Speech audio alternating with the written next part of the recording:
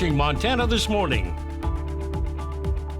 Congressman Matt Rosendale says President Trump does not share any of the blame for the storming of the U.S. Capitol Wednesday. Coming up, why he explains why he feels that way. And those events at the nation's capital, could they affect what happens at the state capitol in Helena? MTN News will take a closer look in just a little bit. Well, happy Friday. It is 6:30 for you. You're watching Montana This Morning, and I am Holly Brantley here with Chet Lehman and Matt Elwell. And we've noted that it's finally stopped snowing, but that doesn't mean you don't need to slow down on your way in, right? And for several reasons. There's ice still out there, and we also have some areas of widespread fog, and so visibility is going to be an issue this morning. Those are the two takeaways as you head out the door this morning you need to keep in mind. By the afternoon, it's going to be fabulous. Temperatures definitely below freezing across the area, so any areas that had some water standing last night have frozen. We talked about that yesterday, the possibility of that being icy for the early morning. We also have low visibility, quarter-mile visibility in Belgrade, so keep that in mind. Remember, turn those lights on. Even if there's some daylight out there, you want the other cars to see you. Daytime temperatures should be into the mid-70s or mid-30s today. I'm sorry, that was wishful thinking on my part. Right. Woo! Yeah, well, I don't know, maybe in the Bahamas, I don't know. Temperatures holding into the 30s. We'll talk about what it holds in store for the weekend. That's coming up in just a few minutes. 70s. It's summertime somewhere. I'm going to just soak that in for a second. We'll just hold on to that one. Now we can move Back on. to that later. Well, Congressman Matt Rosendale is reflecting on Wednesday's harrowing and historic day at the U.S. Capitol. He tells MTN he didn't have any security concerns beforehand and that it had started out as a very quiet day. But as Russ Riesinger reports, it certainly didn't stay that way.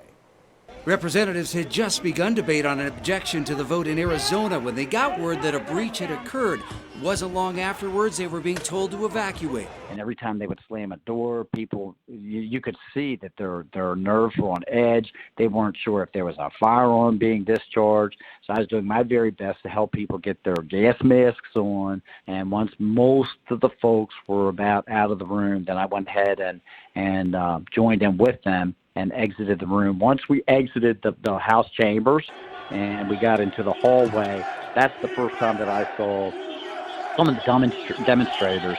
They were behind a door that had already been locked and secured. How concerning is that? This could have been far worse. Oh, it could have been. I mean, and many times it's like, a lot of things can be a lot worse. I try to look on the positive side of things. I don't like the idea that people did penetrate the Capitol, that were looking to conduct violence. That is not good. But the Capitol Police did do their job. They dirty. A lot of your fellow lawmakers have pointed the blame directly at President Trump for this. Do you think he deserves any of the blame? The people who committed the acts of violence must take responsibility for their actions, which are completely contrary to the peaceful process that our government provides, and that's what I look to. You don't think he fanned the flames, though? No, people need to take responsibility for their own actions, Ross. They have to. After about 3 hours, lawmakers returned to finish their work and certify Joe Biden as president, despite a majority of House Republicans, including Rosendale, rejecting the results from Arizona and Pennsylvania. What's been the reaction from your constituents back here in Montana?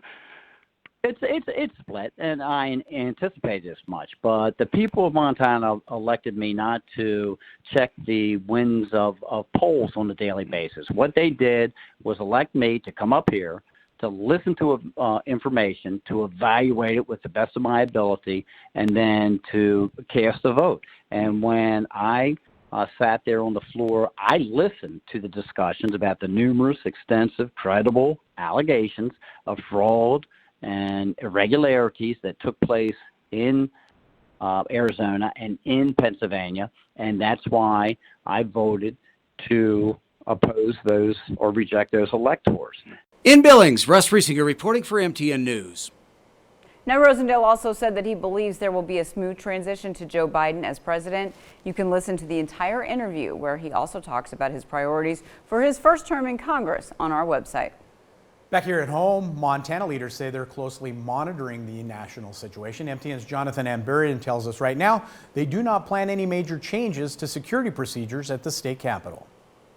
The Montana General Services Division oversees security on the state capitol campus. The division administrator says they expected protests in Washington, D.C. and in Helena on Wednesday, and they were already set up in an emergency operations center. We had it ramped up and we were in here long before anything even started in D.C. Steve Baiamonte says they already had additional security resources in place at the Capitol because the legislature is in session. While he didn't want to release specific information about procedures, he said they have made plans for a wide variety of possible security issues, and Wednesday's events didn't force them to make significant adjustments. It's really more of maybe like making a different call in the middle of the game as opposed to developing a whole new play.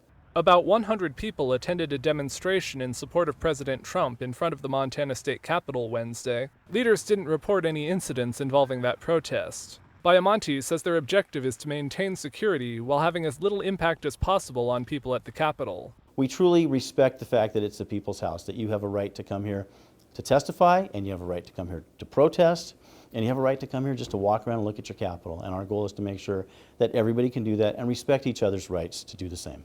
Baiamonte says they'll continue to monitor the situation across the country closely in the coming days and weeks. He says they've heard of 15 to 20 state capitals that had security incidents on Wednesday. In Helena, Jonathan Amberian, MTN News.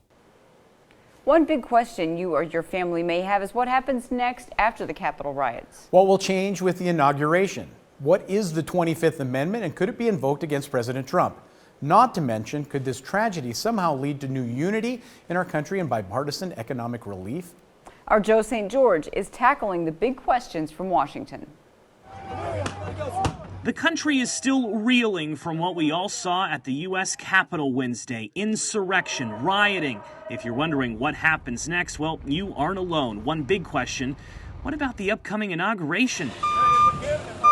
Around the Capitol near the inaugural platform, a new large fence is being constructed the day after the Capitol was under siege. Assigned security for the inauguration is being reconfigured. National Guardsmen literally sitting on buses waiting for orders. For Kevin, in town from New Jersey, he's thinking what many are wondering.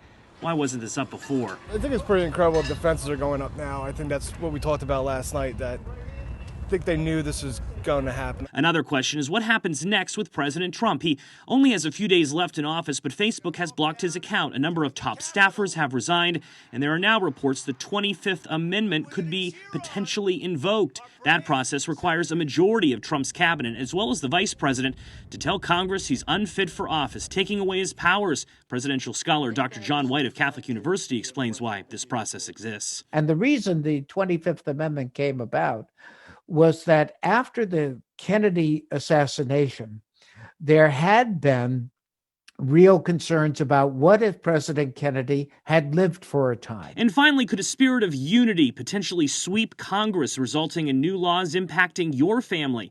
The answer really depends who you ask. I think there's a lot of anger. I mean, people react in certain ways. People are pushed to the edge now, so. Kevin, who did not participate in the riots at the Capitol but is a Trump supporter, says this country is bitterly divided. Professor White, though, thinks Republicans may want to join Democrats in the coming months to pass bipartisan ideas like stimulus checks and economic aid. I think that there is an opportunity. The lawmakers themselves who had to take cover realized that this was an inflection point. The next few hours, the next few days, no doubt will be critical in determining what's next for our country. In Washington, I'm Joe St. George. Well, closer to home, there's a positive case of COVID-19 at the Montana State Legislature. The state's COVID-19 panel says Representative David Beatty of Hamilton has tested positive for COVID-19. Beatty is already quarantining away from the state capitol and is currently asymptomatic. The legislator says Beatty came into contact with the virus via a non-legislative, non-capital contact that occurred prior to the start of the session. They added Beatty has been wearing a mask and contacted leadership and Lewis and Clark Public Health immediately after the positive COVID test.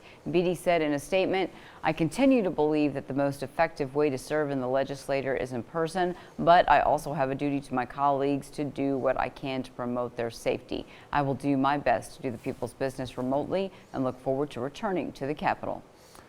Well, one of the first bills that would limit liability in Montana for damages related to COVID-19 exposure is being heard today before a state legislative committee. The bill is sponsored by Republican State Senator Steve Fitzpatrick of the Great Falls.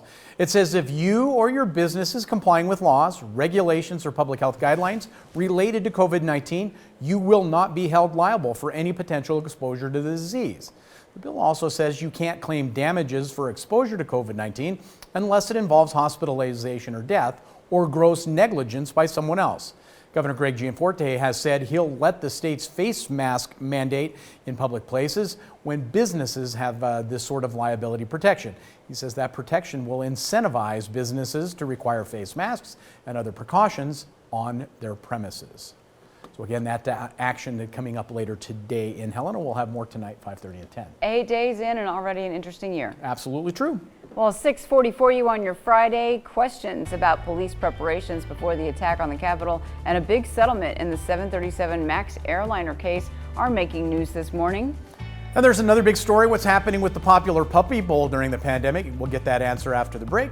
But first, let's check in with Anthony Mason to see what's coming up at 7 o'clock on CBS this morning. Good morning. Ahead on CBS this morning, calls for President Trump's removal are coming from both sides of the aisle, even after he acknowledges he will leave office on January 20th. We'll talk to Republican Senator Ben Sasse, who blames the president for the violence at the Capitol. Also, new questions about Capitol security as the search for rioters intensifies. Plus, how posts on social media incited the violence and why this could be a turning point in how social media companies are regulated. And only on CBS this morning, Gail talks to the white woman now arrested who was caught on camera apparently attacking a black teenager and falsely accusing him of stealing her phone. All that coming up when we see you at 7.